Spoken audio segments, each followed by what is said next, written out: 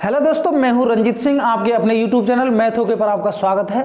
दोस्तों, चक्रवृद्धि ब्याज यानी कि कंपाउंड इंटरेस्ट अपना टॉपिक चल रहा है। इसमें मैंने आपके लिए एक वीडियो बना दी है, आप आई बटन पर क्लिक करके वो वीडियो देख सकते हैं। दोस्तों, कंपाउंड इंटरेस्ट में हमने अब तक बहुत सारे क्वेश्चन किए। उसमें हमने 2 वर्ष के, 3 वर्ष के और यदि विभिन्न ब्याज दरें हों तो भी हम उनको कैसे हल कर सकते हैं, वो भी मैंने आपके लिए तरीके बताए। आइए हम अलग टाइप का क्वेश्चन ले लेते हैं जिसमें आपसे प्रिंसिपल यानी कि मूलधन पूछा जा रहा है। टाइम 3 वर्ष का है। CI और SI का अंतर 5 रुपये 40 है और CI भी आपसे पूछा जा रहा है, जबकि रेट जो है वो प्रत्येक वर्ष की अलग अलग है। क्या है दोस्तों? प्रत्येक वर्ष की रेट आपके लिए अलग अलग दी हुई है। आपसे P और CI पूछा जा रहा है। आइए दोस्तों, इसको कैसे हल कर सकते हैं, बहुत ही शॉर्ट मेथड है, देखते हैं। सबसे पहले दोस्तों आपको क्या करना है, जो रेट होती हैं उनको किस में कन्वर्ट करना है, भिन्न में कन्वर्ट करना है। तो 11 नाम 99 और 100 यानी कि 100/9 हो गया। ये परसेंट हटके नहीं, 100 का गुणा हो गया यानी कि ये आ गया 1/9। कितना आ गया दोस्तों? 1/9। इसको हल करें, 14 7 98 और 200 यानी कि ये हो गया 100/7। परसेंट हटाया तो 100 का गुणा हो गया नीचे, ये 100 से 100 कट गया यानी कि ये हो गया 1/7। कितना हो गया दोस्तों? 1/7। और ये 10% है, 10% का मतलब हो गया 10/100। 0 से 0 यानी कि ये हो गया 1/10। अब हमको क्या करना है, पहले वर्ष की जो ब्याज दर है वो 1/9 के हिसाब से लगानी है, सेकंड वर्ष की, दूसरे वर्ष की 1/7 के हिसाब से, और थर्ड ईयर यानी कि तीसरे साल की 1/10 ईयर के 1/10 के हिसाब से लगानी है। अब हम क्या करते हैं, एक P की गणना करते हैं, अनुमान एक हम सपोज करते हैं P ले लेते हैं। तो हम क्या करेंगे, जो हर हैं इनके, जैसे इसमें हर 9 था, इसमें 7 है और इसमें 10 है, 9 7 63 यानी कि ये हो गया 630। हम जो प्रिंसिपल है वो 630 मान लेते हैं। हमने क्या कर लिया, प्रिंसिपल को 630 मान लिया। अब 630 से हमने ब्याज की गणना की। ये पहले वर्ष की ब्याज, ये दूसरे वर्ष की ब्याज और ये तीसरे वर्ष की ब्याज। चूंकि पहले वर्ष की ब्याज 630 का 1/9 है, तो 9 7 63 यानी कि ये हो गई 70 रुपये। अब दूसरे वर्ष में रेट कितनी है, 1/7, तो ये कितनी हो गई 90। और फिर तीसरे वर्ष में कितनी है, 1/10, तो 1/10 के हिसाब से ये हो गई 63। दोस्तों, पहले वर्ष की ब्याज 70 रुपये, दूसरे वर्ष की साधारण ब्याज 90 रुपये और तीसरे वर्ष की साधारण ब्याज 63 रुपये। चूंकि चक्रवृद्धि ब्याज में ब्याज पर ब्याज लगता है, तो आइए दोस्तों अब हम ये करते हैं, मान लो इसको हम ढक लेते हैं। तो आप मुझे बताइए, दूसरे ईयर में अगर हम ब्याज की गणना करें, यानी कि दूसरे वर्ष जो मूलधन बनेगा हमारा वो किस पर बनेगा, 70 पर। यानी कि जो दूसरे वर्ष का जो मूलधन है या ब्याज है उस पर ब्याज लगेगी। अब आप मूलधन को भूल जाइए, आप ये सोचिए कि दूसरे वर्ष में अब जो पहले वर्ष का जो साधारण ब्याज था उस पर ब्याज लगेगा। तो किस रेट से लगेगा दूसरे वर्ष में, 1/7। तो इसका 1/7 कर लेते हैं। 1/7 कितना हुआ दोस्तों, 7 दाढ़े 70, 10 रुपया। अब दोस्तों हम किस पे आते हैं, फाइनल ईयर पे आते हैं, यानी कि थर्ड ईयर पे आते हैं। तो दोस्तों इससे पहले कितने रुपये उसने उधार है, ब्याज कितनी है इससे पहले, एक तो 70 है, एक 90 है, एक 10 है। कितनी है दोस्तों, 70 है। पहले तो 70 पे ब्याज लगेगा, तो 70 का 1/10 कितना हुआ दोस्तों, 70 का 1/10 हो गया 7। 70 फाइनल हो गया। अब 90 पे आ जाइए, 90 का ब्याज लगेगा कितना, 1/10। तो 90 का 1/10 कितना हुआ दोस्तों, 9। अब 70 का हो गया, 90 का हो गया, अब 10 का 1/10 कीजिए, कितना हुआ, 1। दोबारा समझ लीजिए दोस्तों, पहले साल का साधारण ब्याज 70 रुपये, दूसरे साल का साधारण ब्याज 90 रुपये, तीसरे साल का साधारण ब्याज 63 रुपये। अब हमें दूसरे साल की ब्याज की गणना करनी है और चक्रवृद्धि ब्याज में ब्याज पर ब्याज लगता है। तो जो हमारा साधारण ब्याज 70 रुपये था उसका भी ब्याज लगा, तो 70 का 1/7 कितना हो गया, 10 रुपये। अब तीसरे साल में हमें इस पर भी ब्याज देना है, तो 70 का 1/10 कितना हुआ? 7 रुपये। 90 का 1/10 कितना हुआ? 9 रुपये। और ये बचा है, इस पर भी ब्याज लगेगा, तो इसका कितना हुआ? 1/10 यानी कि 1 रुपये। अब हम क्या करते हैं दोस्तों, अब हम निकालते हैं इसको CI और SI। तो टोटल CI कितना बैठा, पहले यूं देखते हैं। टोटल CI बराबर बैठा, इनको जोड़ लेते हैं पहले। 70 दूसरे साल का कितना है, या फिर पहले साधारण ब्याज जोड़ लें। 70, 90, 63 प्लस ये 10 और ये 10 और ये 7 यानी कि 27। टोटल किया हमने तो ये हो गया 7 और 3 10, 10 का 0 हासिल 1, 2 और 6 8 और 9 17 और 7 24 और 1 25। कितना हुआ दोस्तों? 250 रुपये हुआ टोटल CI की बात कर रहे हैं हम। 70 यूं कर लो चाहे तो 70 और 100 170 और 70 कितना हो गया? 240 और 10 250। हम टोटल SI की गणना कर लेते हैं। टोटल SI बराबर कितना होगा? इसको जोड़ देंगे, इसको जोड़ देंगे तो 70 और 90 कितना हुआ? 160 और 63 कितना हुआ दोस्तों? 160 और 160 हो जाता है, 160 और 60 हो जाता है 210 यानी कि 223 होगा दोस्तों, 223। तो 250 और 223। अब CI और SI का जो अंतर है वो यहां कितना आ रहा है दोस्तों? 0 में 10 में से 3 गया 7, इसकी हासिल यहाँ हो गई 5 में 3 गए 2 यानी कि 27 रुपये के बराबर आ रहा है। CI और SI का जो अंतर है हमारे हिसाब से कितना आ रहा है? 27 रुपये। तो 27 यूनिट बराबर कितने के हैं? 5.40 के। तो 1 यूनिट बराबर कितनी होगी दोस्तों? 1 यूनिट बराबर होगी 5.40 बटे 27 और 27 दूनी कितना होता है? 54।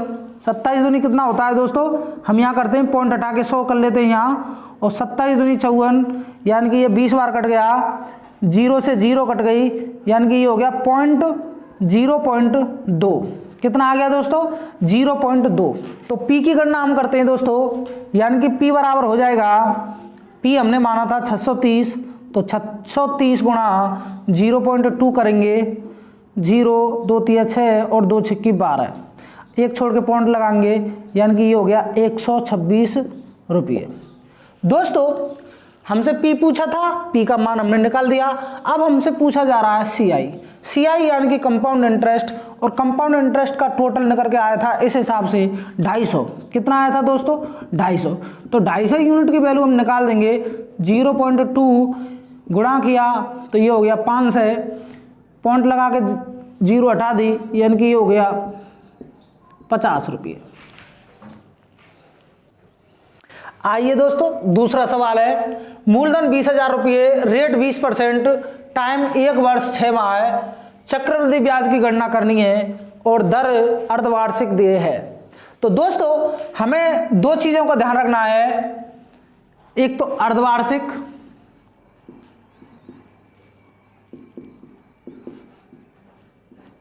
और एक होती है त्रैमासिक। अर्धवार्षिक का मतलब है दोस्तों कि ब्याज की गणना हर 6 माह पे करनी है। कितने पे करनी है? हर 6 माह पे करनी है। तो एक साल में 2 6 माह होते हैं। इधर देखते हैं, त्रैमासिक का अर्थ है दोस्तों ब्याज की गणना हर 3 महीने पे करनी है। तो 3 महीने अगर हम लगाएं तो 3 महीने के अगर हम 4 जोड़ा करें तो ही हमारी 1 साल बनती है। तो दोस्तों अगर अर्धवार्षिक देय है तो रेट में हमको क्या करना है, क्योंकि 6 महीने के 2 जोड़ा बने हैं और 3 महीने के इसमें कितने जोड़ा बने? 4। तो अगर अर्धवार्षिक देय है तो हमें रेट को 2 से डिवाइड करना पड़ेगा। अगर त्रैमासिक दी हुई है तो हमें रेट को 4 से डिवाइड करना पड़ेगा। अगर टाइम दिया हुआ है तो हमें टाइम को दुगना करना पड़ेगा।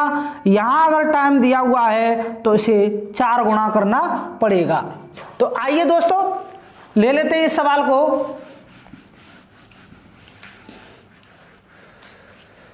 पहले तो इसको देखते हैं। टाइम दिया हुआ है, कितना है 1.5 वर्ष। तो अगर हम इसे अर्धवार्षिक में डिवाइड करें तो ये आ जाता 3 अर्धवार्षिक। कितना आ गया दोस्तों 3 अर्धवार्षिक। अब हम रेट को लें, रेट दी हुई है 20%। अगर हम इसे अर्धवार्षिक के हिसाब से लें तो ये आ जाती है 10% अर्धवार्षिक। ठीक है दोस्तों, अब हमको क्या करना है, ये जो दिया हुआ है मूलधन, चाहे तो आप इससे कर लीजिए और चाहे तो आप इससे भी कर सकते हैं। 10% है, 10% का मतलब होता है 1/10 और 1/10 में क्या हो रहा है कि 10 रुपये की ब्याज कितनी हो रही है, 10 का धन 11 हो रहा है। कितना हो रहा है, यानी कि 10 रुपये था 11 हो गया, 10 रुपये था 11 हो गया, 10 रुपये था 11 हो गया। तो 10 गुणा 10 गुणा 10 करें तो ये हो गया 1000। 11 गुणा 11 गुणा 11 करें तो ये हो जाता 1331। इनका डिफरेंस कितना आता है दोस्तों 331। कितना आ गया 331। तो अब हम करते हैं 1000 यूनिट का, 1000 यूनिट बराबर कितने के हैं 20,000 के। कितने के हैं 20,000 के। तो 1 यूनिट बराबर कितना होगा दोस्तों 20,000 बटे 1000। 3 जीरो से 3 जीरो कट गई, यानी कि ये आ गया 20। 1 यूनिट की वैल्यू 20 है तो 331 यूनिट की वैल्यू निकाल लेंगे हम।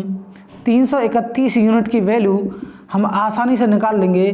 331 गुणा 20, 0 2 एकम 2, 2 तिया 6, 2 तिया 6, यानी कि 6,620 रुपये इसका उत्तर आ जाता है। आइए दोस्तों सवाल नंबर तीसरा है। मूलधन 8,000 आपके सामने दिया हुआ है, रेट 20% है, टाइम 1 वर्ष है, CI और SI यानी कि हमसे चक्रवृद्धि ब्याज और साधारण ब्याज का अंतर आपसे पूछा है। ज्ञात करो अगर दर त्रैमासिक देय हो। दोस्तों इससे पूर्व सवाल में मैंने बताया था अगर अर्धवार्षिक देय हो तो हमको टाइम को दुगना करना है और दर को आधा करना है। अगर त्रैमासिक देय हो, त्रैमासिक का मतलब है ब्याज की गणना हर 3 माह के अंतराल में करनी है और 1 साल में 3 माह के अगर हम जोड़ा लगाएं, 3 माह 3 माह 3 माह करें तो 4 जोड़ा बन जाते हैं। यानी कि हमें टाइम को 4 से गुणा कर देना है और रेट को 4 से डिवाइड कर देना है। तो आइए दोस्तों टी की गणना कर लेते हैं। पहले टी बराबर 1 वर्ष दिया हुआ है तो 1 में 4 का गुणा करते हैं, यानी कि 4 त्रैमासिक आ जाते हैं। 4 त्रैमासिक आ जाते हैं। अब हम रेट की गणना करें। रेट दी गई है आपके सामने 20% और 20% में अगर हम 4 का भाग दें 20/4 तो ये आ जाता है 5% और 5% त्रैमासिक आ जाती है। ये 5% को हमने डिवाइड किया, 5% को हमने भिन्न में कन्वर्ट किया तो ये आ गया 1/20। कितना आ गया दोस्तों 1/20। अब आप चाहे तो इसे किसी भी तरीके से हल कर सकते हैं। 20 यानी कि यहाँ हम 20 क्योंकि 4 त्रैमासिक है तो 20 की घात 4 लगाएं तो कितना होता है दोस्तों, ये हो जाता है 20 गुणा 20 गुणा 20, 2 दूनी 4, 4 दूनी 8, 2 दूनी 4, 4 दूनी 8, 8 दूनी 16, यानी कि ये हो गया 16 1,60,000। कितना हो गया दोस्तों 1,60,000। तो हम दोस्तों इसे इस हिसाब से करेंगे। 1,60,000 तो ज़्यादा हो जाता है, इस तरीके से करने के बजाय हम सीधे ही करेंगे, इसी को ले लेंगे 8,000 को। हमने क्या किया 8,000 को ले लिया क्योंकि ये मूलधन है, इससे करने में आसानी हो रही है। तो इसको हमने 1 वर्ष, दूसरी वर्ष, तीसरी वर्ष और चौथी वर्ष, ये हो गया पहली वर्ष, ये हो गया दूसरी वर्ष, ये हो गया तीसरी वर्ष और ये हो गया चौथी वर्ष। दोस्तों अब हमें चौथी वर्ष क्या 4 त्रैमासिक में इसको डिवाइड करना है। पहली त्रैमासिक, दूसरी त्रैमासिक, तीसरी त्रैमासिक और चौथी त्रैमासिक। अब 8000 का 1/20, इसका भी हमें 1/20 निकालना है, इसका भी हमें 1/20 निकालना है, इसका भी हमें 1/20 निकालना है। तो 1/20 में निकालूं तो ये हो जाता है 0 से 0 कट गई, 2 चौके 8, यानी कि ये हो गया 400। कितना हो गया दोस्तों? 400। ये भी 400 हो गया, ये भी 400 हो गया और ये भी 400 हो गया। अब हम क्या करते हैं, अब हम दूसरे त्रैमासिक में ब्याज की गणना करते हैं। दोस्तों दूसरे त्रैमासिक से पहले ब्याज कितनी है? 400 रुपये। तो 400 का 1/20 कितना हुआ दोस्तों? 400 का 1/20 20 रुपये हुआ। यानी कि दूसरे त्रैमासिक में पहले वर्ष का जो ब्याज था या पहले वर्ष की त्रैमासिक में जो ब्याज था उस पर भी ब्याज लगेगा। ये लग गया। अब आते हैं दोस्तों हम तीसरे त्रैमासिक में। तो तीसरे त्रैमासिक में इस पर भी ब्याज लगेगा, इस पर भी ब्याज लगेगा और इस पर भी ब्याज लगेगा। तो 400 का 1/20 कितना हुआ दोस्तों? 20। 400 का 1/20 कितना हुआ दोस्तों? 20। और 20 का 1/20 कितना हुआ दोस्तों? 1। आइए दोस्तों अब हम चौथे त्रैमासिक की गणना करते हैं। चौथे त्रैमासिक में कितना ब्याज होता है उसकी गणना करते हैं। देखिए दोस्तों अब चौथे त्रैमासिक में ये जो पूरा है इस पूरे पे ब्याज लगेगा।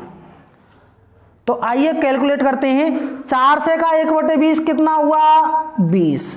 400 का 1/20 कितना हुआ? 20। 400 का 1/20 कितना हुआ? 20। 20 का 1/20 कितना हुआ? 1।